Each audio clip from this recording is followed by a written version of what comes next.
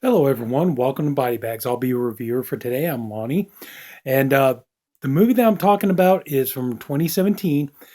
And look, I understand probably, the last thing anybody really wants to hear about right now is Christmas movies with everything else that's going on. Everybody worry about getting their stimulus and all this other kind of stuff going on. Probably the last thing anybody wants to think about is Christmas. But here's the thing. I really, really wanted to review this movie because I watched it last Christmas and I remember just really enjoying it, really loving it. It's a great black comedy, but it's got some really gruesome moments in it too.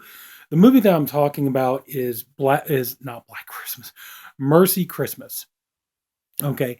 And this film, even though that's the thing, I would love to get this movie on Blu-ray, hell, even at the very least DVD will do. I really would like to get this movie and you know, turn around and start working it into my holiday movie rotation.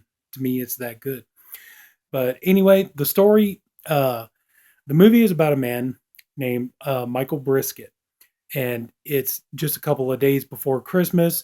He's working for this man named Mr. Robillard, and his first name is Andy. We come to find that out later in the movie, and basically Michael is kind of like the office workhorse. They expects him to do all this paperwork and everything else, and he's like, I mean, hell, he's not even invited to the company Christmas party because he's expected to just sit there and get all the work done.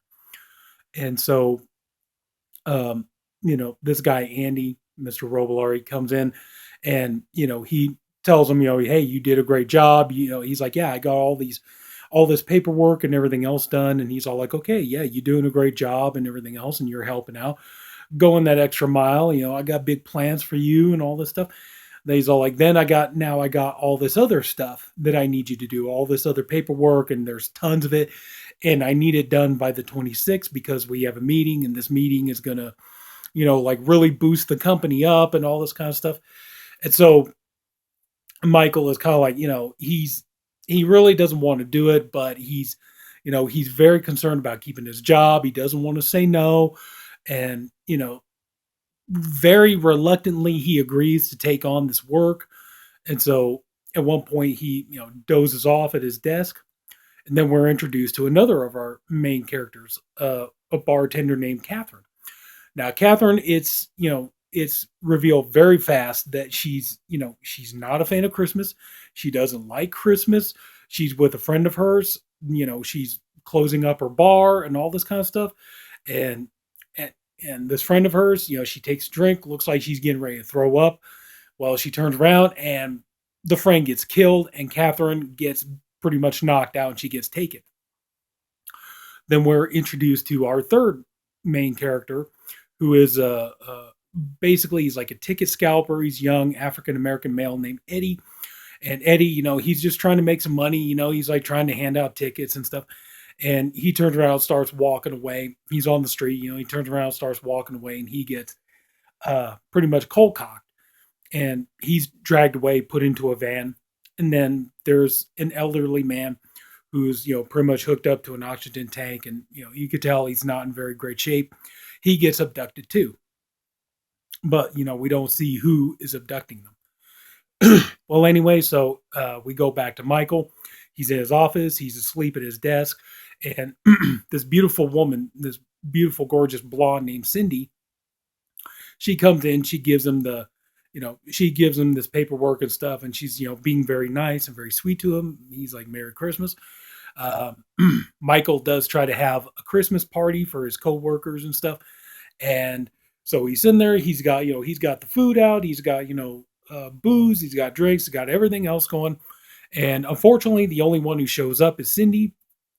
And we learn that Michael, even though he's a very kind man, he's very sweet, just a good-hearted person, but he is socially awkward. And, of course, he's got this beautiful blonde girl here, so it's kind of hard for him to, you know, he's kind of fumbling over his words and, kind of like not, kind of like, yeah, not exactly making the world's best first impression, but she gets ready to leave.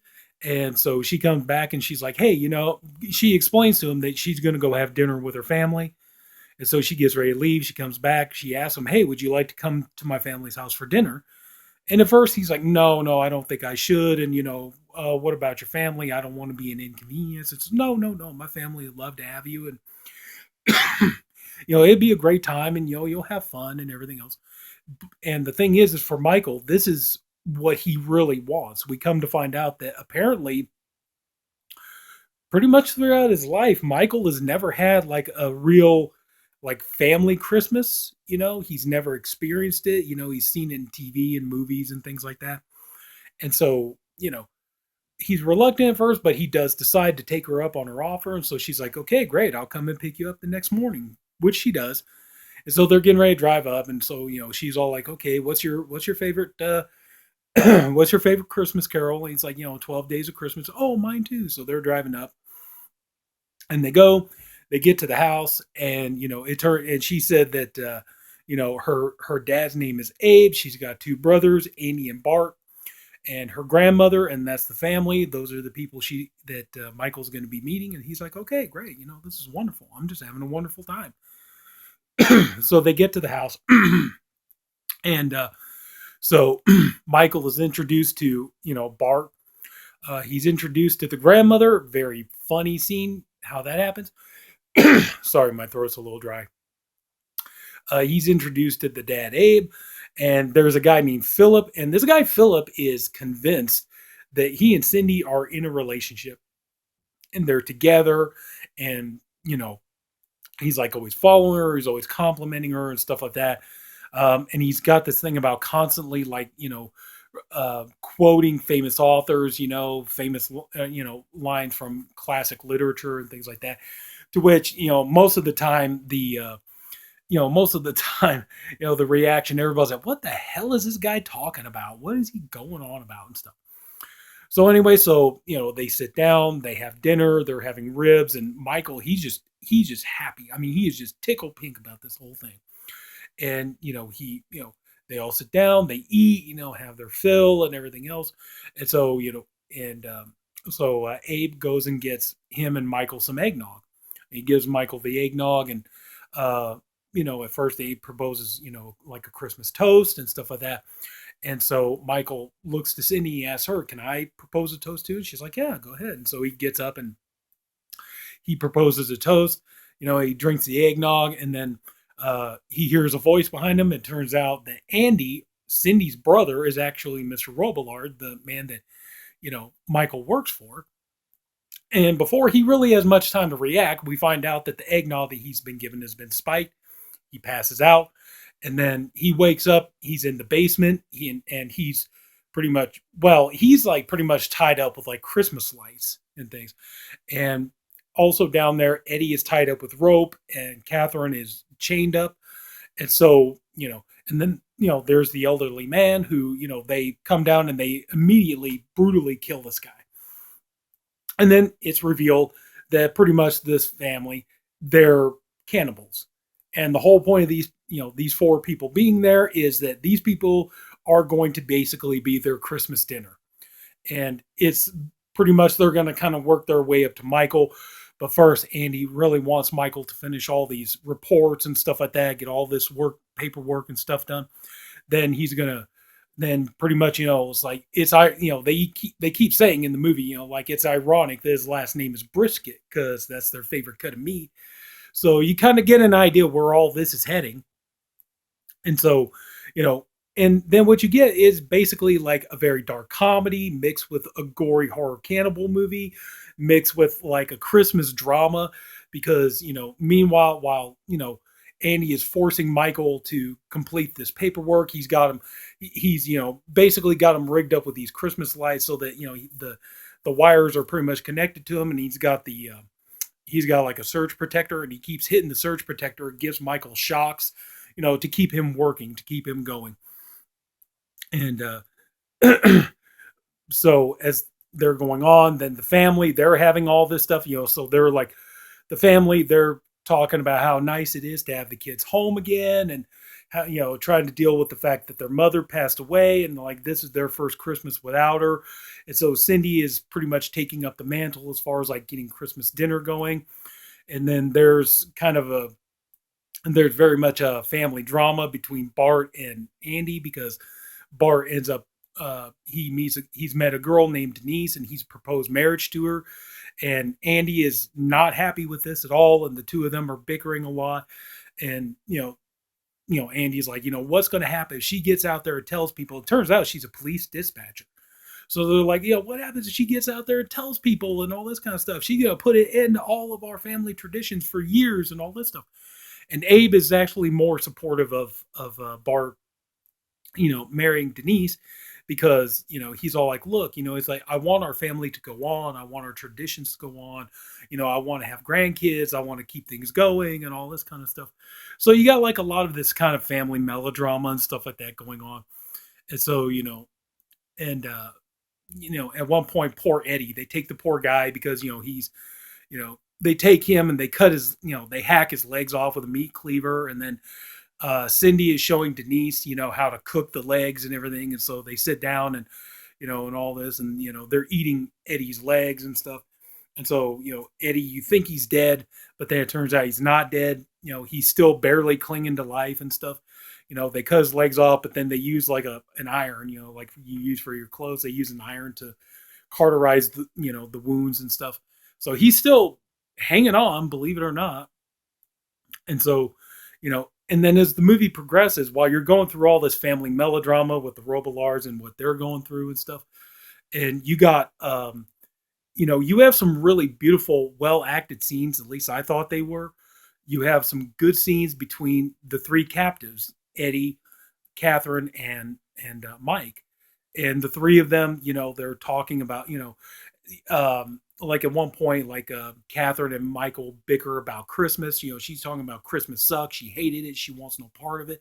All this other kind of stuff. And Michael is talking about how basically like how crestfallen he is that that Christmas is supposed to be about warmth and giving and family and friendship and all this other kind of stuff. It's not supposed to be this way. And you get some good acting. You get some good moments in these characters. They do form a bond, and they start to and it's revealed that all three of these characters, Eddie, Mike, and Catherine, they have nobody, and that's one of the reasons why they were chosen by this family to be pretty much cut up and cooked and eaten, is because they're considered people who will not be missed. And so, but the three of them start forming a bond, they start forming a friendship, and they start trying to look out for one another and stand up for each other.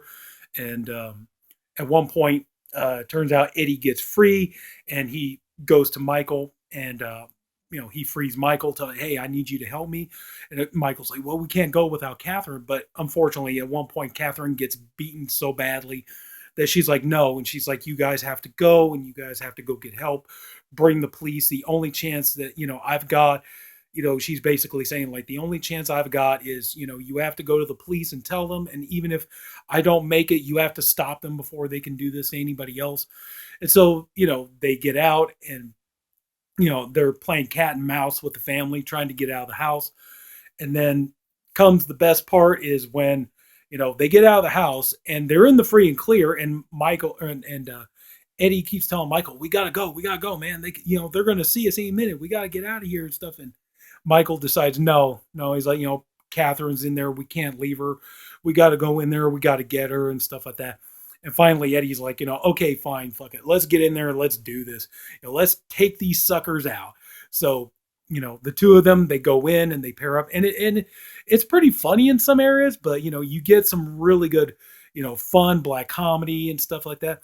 And honestly, that's pretty much it. I shouldn't tell you. I probably told you too much already, but I'm not telling you any more about the movie. I'm not going to tell you how it ends, but overall, this movie, it's a lot of fun. It's got a lot of black comedy, but it's also got some really gruesome moments. There is quite a bit of gore in here, so you do get your gore in here, so don't be too worried about that. But I think also too, this is a movie that from the end credits, I do believe. Oh, by the way, if you watch this movie, you can watch it on, I believe you can watch it with ads for free on Vudu. But also, if you have Amazon Prime, you can watch it for free on Amazon Prime. But when the movie ends and the end credits come up, there's like a little surprise in the middle of the end credits. So I would say, kind of kind of keep watching and everything else, because there's a little something else in there. So, but overall, yeah, this movie, for what it seems like, I think they said in the end credits that this movie is basically like financed on Kickstarter. But even if that's the case, you know what? I commend everybody that worked on this movie, because like I said, this is a Christmas horror movie that I honestly feel like I could easily move this into my rotation of Christmas horror movies going forward. I could easily put this up there with, Black Christmas, Silent Night, Deadly Night, Christmas Horror Story, Krampus, all that. I could easily fit this in there, and I could definitely see myself watching this every Christmas. To me, it's fun. It's got everything kind of in my opinion, it's got everything in equal measure: the humor, the horror, the drama, character development, things like that. So yeah, I really highly recommend this. When even if not right now, when you get into the mood, you start looking for some new Christmas horror movies to watch. I would definitely say, if you haven't seen it already, definitely give Mercy Christmas a chance. It's really a good movie. It's a lot of fun, and I highly recommend it. So anyway, that's pretty much going to do it. So if anybody took the time to watch this, I thank you for doing it. I appreciate you for doing it. I honestly hope you enjoyed the video. If you did, please leave a like. If you haven't already, go ahead and subscribe to the Body Bags channel. We have one video every day of the week. There's a different reviewer. I'm the Friday reviewer. Different guys. Everybody's all doing great stuff. And, we got more fun theme weeks and everything else, and label weeks and all this other kind of stuff. So, yeah, please, keep watching. And that's it. So, everybody, take care. Have a good night. And I'll see you later.